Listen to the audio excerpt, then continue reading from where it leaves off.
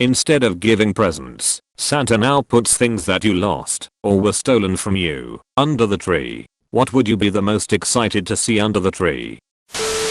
When I was 8, my great-grandfather, the most important man in my life, gave me 3 real steel pennies from WW2. I added them to my coin collection and protected them with my life. Very shortly after my parents divorced, and I left my coin collection with my father, who kept the original house. Mother moved.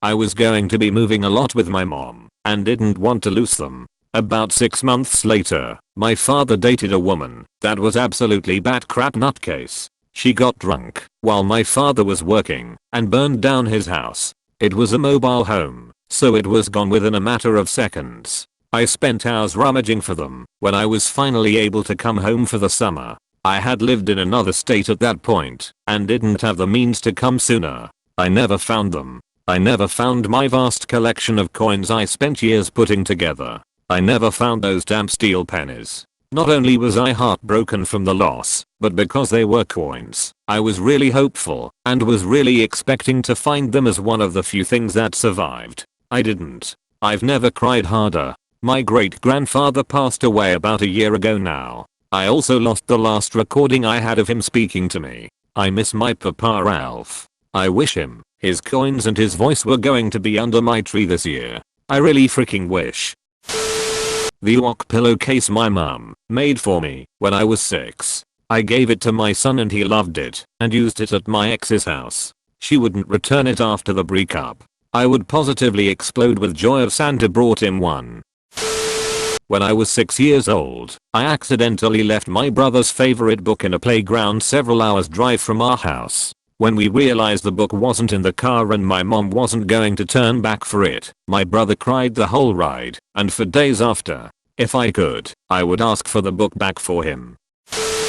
When my daughter was born last November, a friend made her a very soft hooded blanket. A few months ago, Summer Hole decided to steal it from her while we were in Walmart.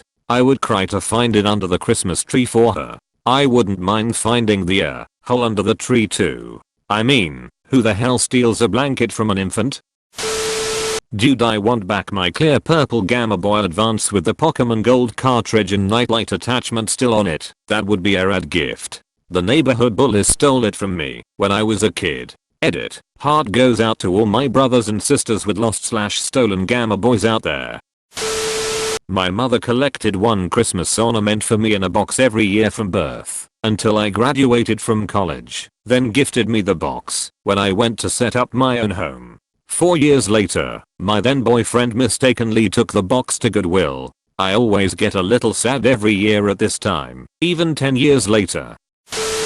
One of my parents packed up all the Christmas tree ornaments in a garbage sack, then left them in a spot that would occasionally have a sack of garbage waiting to go to the bin outside. The other parent took out the trash and dutifully put the sack of ornaments in the garbage bin in the garage. By the time they figured out neither of them actually stored the ornaments, the garbage had been collected. We went to the landfill and asked where the day's trash would have been dumped. My dad even looked through some of it. They never found the ornaments. I'd forgotten all of this until now, so thanks for that.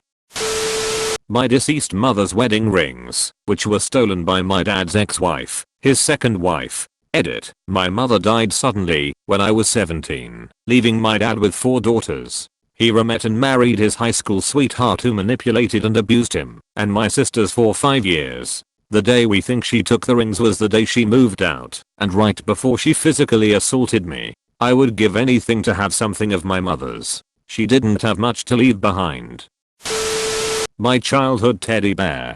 My dad used to work at a stuffed animal factory, and it was a reject because the paws didn't turn out right. I took that thing everywhere. He even had stitches in his neck from a teddy bear repair center that was set up by a local hospital. When I was 12, I went to a sleepover at a friend's house. While there, we got in a huge fight. Her mom called my mom, and I went home without my bear. We called and asked them to search for my bear, but her mom was a royal bit and immediately got defensive, saying I was accusing her daughter of stealing, and she would not stand for it. We even tried to go back, but they threatened my mom as soon as we started down their driveway. They never looked for my teddy, but I knew it was there. I never got him back.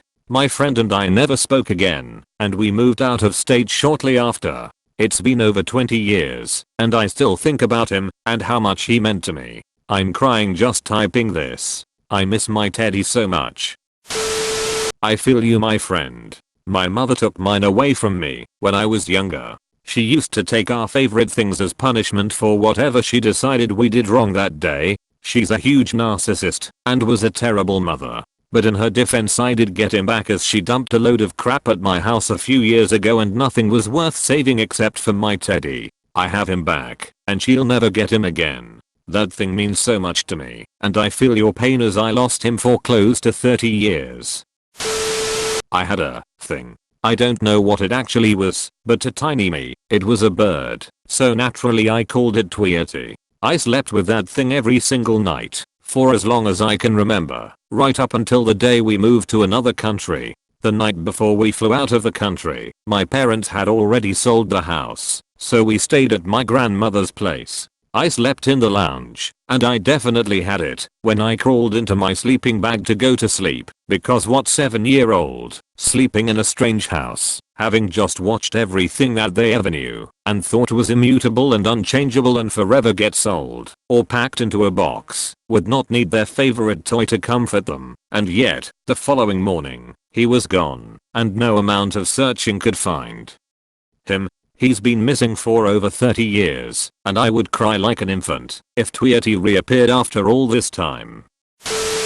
My dad is the third person in his family to have his name carried down generation after generation from my great-grandfather. When we were little, my granddad stopped by one day and passed on to my dad the family ring with their initials embroidered into it. It was emotional, and he was very happy. Later that night, my brothers and I lost a frisbee in a tree. My dad is the ultimate DIYer, so he rigged up a football that he would throw into the higher branches and then yank on it with a rope he had attached to free the frisbee. It eventually worked, and it was a funny little scene. Later that night he realized his ring was gone. He assumed tossing the football again and again had loosened it up and it probably flew off his hand. He would go around that tree constantly for years to come looking for that ring. He even bought a heavy-duty metal detector to try and find it. No luck. I would hope Santa would finally cut the guy break and give that ring back. My best friend and I invented a radio show called The Insane Family, and we would do skits and record them on my Talkboy. The characters were an extended family living in the same house, grandparents, parents, and 3 kids. Everybody was completely insane except for the teenage daughter, who was always dying of embarrassment. One of the grandparents was incontinent and had a terrible memory, so a lot of the skits involved finding grandpa's potty chair in weird places. We were inspired by the Animaniacs and the Munsters, and probably a few other things. I'd really love to listen to that tape with my friend. I'm sure it would be hilarious and horrible. TLDR, the crazy pretend radio show we recorded on cassette tape in the mid-90s.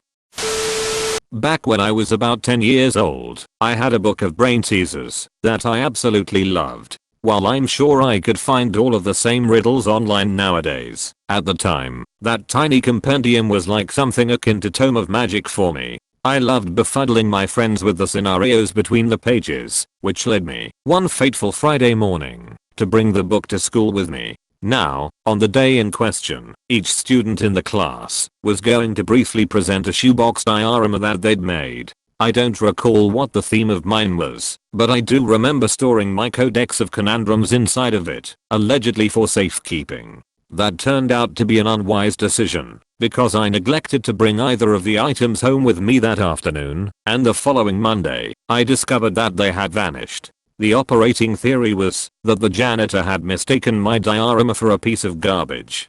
Fortunately, my grade didn't reflect that assessment. Here's the thing, though, although I was annoyed about my assignment having been thrown away, I had completely forgotten that I'd hidden my collection of riddles inside it. The detail didn't occur to me until a few days later, as I was folding socks to be put away. The sudden realization hit me hard enough that I actually froze in place for a moment, and the knowledge that my beloved book was gone indelibly burned itself into my psyche. To this day, I can't fold socks without remembering that book. The good news is that I still remember the riddles, like this one. There is a truck driver going down a one-way street the wrong way. A policeman sees the truck driver, but does not stop him or give him a ticket. Why not? TL. Doctor, Santa is bringing a small book and freedom from sock folding PTSD.